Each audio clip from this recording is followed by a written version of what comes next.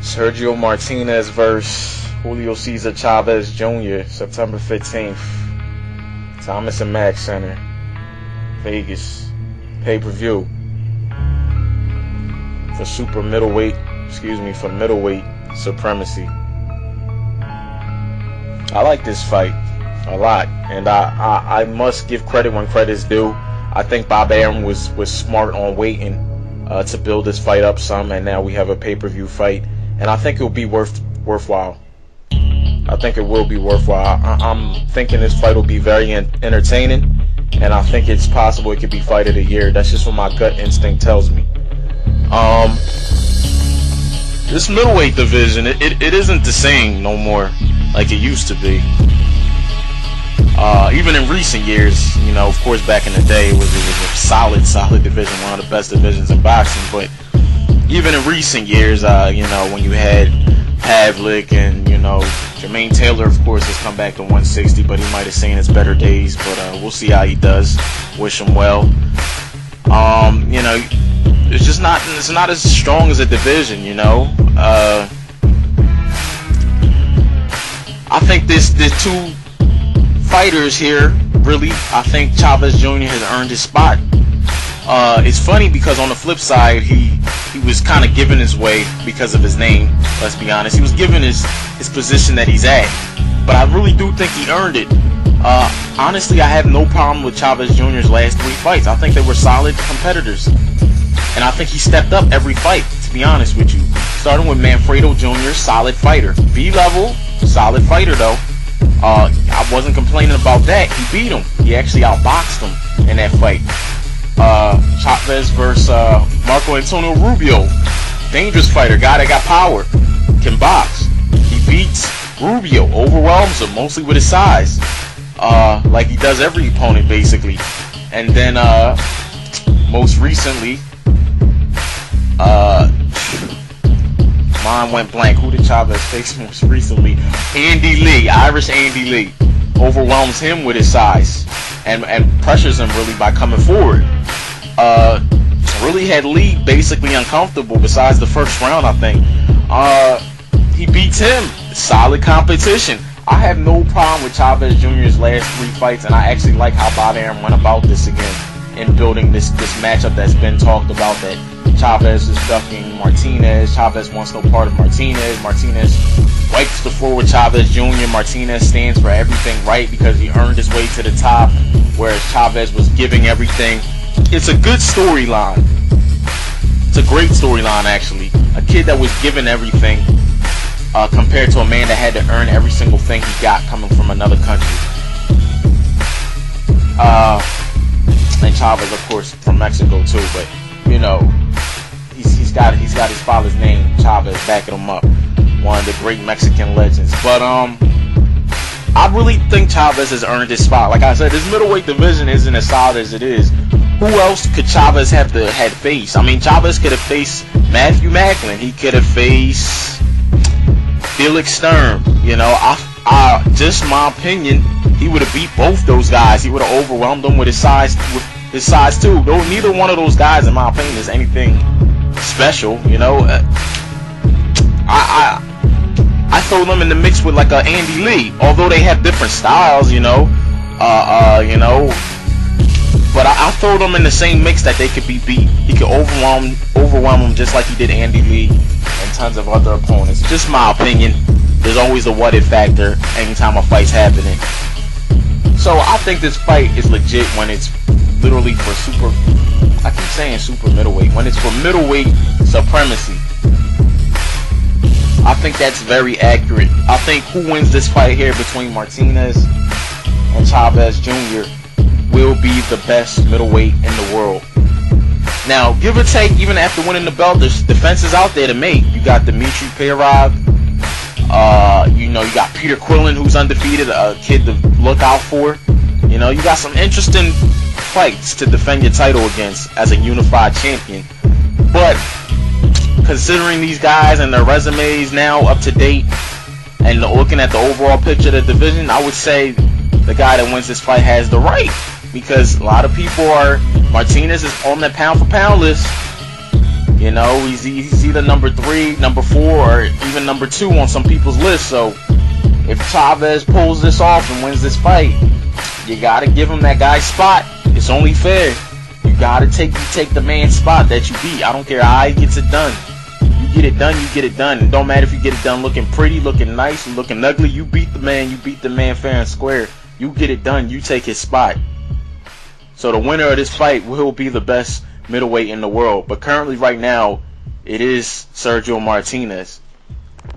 I'm sure Chavez will have something to say about that on September 15th. I don't see this fight being a wipeout. We can talk all day about Chavez Jr.'s flaws. You know, it's most like the guy that recently fought Danny Garcia. You know, you can talk all you want about his flaws and when he doesn't do this, he doesn't do that, and eventually he's going to get beat, and sooner or later he'll get beat. Yeah, I can see him. Guess what? They keep winning. Just like Chavez Jr. They keep winning. So I don't even want to talk about Chavez's flaws. Y'all know what his flaws are. People that watch boxing, y'all know what his flaws are. He's flat-footed. He squares up. You know, I mean, you know what his flaws are. You know what his flaws are. There's no need to keep being repetitive and repeating shit. But he keeps winning. Size isn't everything in boxing, but anything to the extreme has to be factored in significantly. I think Chavez Jr. is very, very big, man. I do not know how the hell this guy makes weight for 160. Some boxers amaze me, and he's one of the guys that amaze me in terms of cutting weight. You know? I don't know how he can do it. I just don't know. You know? But I never had no superstar conditioning coach like Alex Ariza or you know, he fired him. Everybody done fired him. But I don't know, at the top level, when you have the top guys, I guess, and you know, you got a personal chef cooking for you, I'm assuming you can make weight. You can find a way to make weight, but that's crazy, man. That's crazy that a guy that walks around at 200 pounds cuts down 40 pounds within a matter of months. You know, 4 or 5 months. You know, sometimes maybe even less than that, and makes weight. That's just amazing to me. Talk about a size advantage, man. This guy has been overwhelming his opponents with his size, and Chavez can take a punch. I don't even know so much of Chavez if he just has a tough chin or he just is so much weight backing up that punch resistance. This guy can take a punch. He's an extremely big middleweight.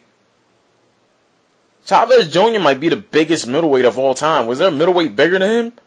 I mean, was there another guy that blows up to damn near almost a cruiserweight in the ring? I can't, please, if there is, state one. Drop a comment on the vid. Chavez Jr. might be the biggest middleweight, man, ever of all time. If there was ones bigger than, you know, I don't know every middleweight in the world. I just know the ones that I know, you know. And even the all-time greats like, you know, Hagler and, you know, Chavez Jr. is a big middleweight. I'm not comparing skill. I'm just talking about size. And when anything pushed to the extreme becomes significantly a factor, I think Chavez can take a punch just because he's big. Martinez has power. Speaking of can take a punch, Martinez has power. Okay, overall, Martinez is a counterpuncher. That's what he is. He's a counterpuncher, and he's very precise with his timing. Yes, he has speed and all that. That's vital. He's going to need it against Chavez Jr. He's got speed. He's accurate. He comes from different angles. But his last couple fights, he's looked human. I mean, Darren Barker was digging in Martinez's shit. At one time, Martinez had a look of concern on his face. I remember when that blood was leaking nose. You know, Darren Barker was cautious, but he was boxing well, you know. The thing is, Martinez has power, man. A lot of people are saying his power is average or whatever. I've heard in the past, or he's not the most powerful middleweight. Who's got more power than Martinez in this middleweight division, besides the guy that he's fighting right now? And size being to his advantage to back the power of his punches. Who's got more power than Martinez? So please tell me, who's in this middleweight division just knocking people the fuck out? Martinez is. Martinez's power bails him out. His last 2 fights ended in the 11th round. Martinez's power bails him out because honestly, Matthew Macklin was doing good, was winning the fight. Until, you know, Macklin literally, he stopped using a jab, and Macklin didn't even fight like a brawler, and that's what he is. He was actually fighting like a boxer. He was doing good trying to box to the best of his ability, but he stopped throwing a jab, he stopped head movement like that, he stopped fighting. I don't know if he gassed out, got tired, or what. Didn't come in shape for 12 rounds, possibly, but nevertheless the case, Martinez got him out of there in the 11th round, just like he did Barker. He got him out of there in the 11th round. So what that tells me, Martinez's last 2 fights, and before that he fought Zinzura, who was a solid European champion, and I believe he stopped Zinzura in the 8th round. Martinez is a late round stoppage fighter. To me, his power bails him out. Now Zinzura he dominated, don't get me wrong, but Barker and Macklin, he didn't dominate. As a matter of fact, the case can be made that at some point those guys were, well, Macklin definitely was winning the fight. At some point, Barker was winning the fight. It was a close fight. Martinez's power bails him out. Martinez does a lot of things good. I like his footwork. I like his speed. I like his coordination. I like how he attacks from angles. He's a slick fighter from Argentina. And there's different dimensions to his game to worry about. He can pop that jab from the outside, and Martinez can bang from the inside. My goodness, you remember that first Paul Williams fight? Not the second one, but the first fight, Martinez can bang from the inside. I think Martinez, when he first started boxing, I remember we go way back to when he faced Antonio Margarito, he was a small little skinny kid in his 20s. I mean, this guy has grown into a man. And his power has increased. You can't tell me his power hasn't increased. His power has increased. His power is a very, very vital asset to him. So I'm willing to see if he can hurt Chavez Jr., this very, very large middleweight. I'm willing to see if he can hurt Chavez Jr. It'll be interesting to see. Martinez is putting pressure on himself by saying he's going to stop Chavez late. He's going to punish him. He's going to, he's going to make him pay, and then he's going to stop him late. I forget what round he said. I think he's called a specific round. To me, he's just all this talking he's doing. He's putting pressure on himself. I don't think this fight's going to be a wipeout like how some people see it. I don't think either fighter's going to completely dominate. Right off the back, I do see Martinez winning this fight, but at the same time, top rank, Chavez Jr., big name. If this fight is close, if meaning like, let's say neither guy gets knocked down, and Martinez wins 7 rounds to Chavez's 5, I can see Chavez winning the fight.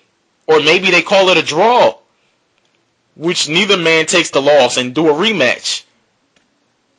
I can see something like that happening. How I think the fight will go, Chavez is vicious to the body. He has a vicious body attack. I don't care all the flaws he has, he's vicious when that kid goes to the body. It's a non-stop attack. And as the fight goes on, it prolongs, the Chavez Jr. gets stronger. That's why it's interesting, because this guy Martinez, his power that he's been relying on in his last couple fights to stop guys when he was down on the cards, Martinez, can he stop Chavez late? Because Chavez gets stronger as the fight goes on. That's the interesting thing. He comes on stronger. He'll go to the body. And Chavez, I think, is not the brightest fighter in the world, but he can intelligent enough to fight to a game plan. Remember how he outboxed Manfredo Jr. Okay, I know Manfredo ain't no world beater, but I'm just saying, he surprised me that fight. He outboxed him. He was actually boxing. I couldn't believe that shit. Then another fight, he might chose to go to the body viciously. Like he did with Marco Antonio Rubio, or Zibik, or Sebastian Zibik. The fight where he first gained the title, they went after the weakest title holder, and that fight's debatable too, whether Chavez won. But again, the fight was close. They gave it to Chavez Jr. He was awarded the WBC title. So, was that the WBC title? I think it was, yeah. But then again, that's what I see with this fight here. If it's close, Chavez definitely could get the nod. He definitely could get the nod if this fight is close. So Martinez is going to have to back up his words. He's going to have to really dominate Chavez Jr. to secure a victory. You don't want to leave this fight in the hand of the judges. You want to knock out Chavez like you've been doing, but yeah, knocking him out late, to me, it's like if you're going to stop Chavez, you better stop him in 6 rounds or less, because I see Chavez just getting stronger as the fight goes on. I see him attacking Martinez's body. Honestly, I can see Martinez getting bloody in this fight. Blood coming from his nose. And I see Chavez is going to get countered. That motherfucker is going to get countered. He squares up and he's flat-footed. He's going to get countered. He's going to taste Martinez's power. But I don't think Martinez even drops Chavez in this fight. It's going to be interesting to see, but I don't think Chavez touches the canvas in this fight. I don't. And I see Chavez coming on strong and going to Martinez's body. You go to the body, you slow him down.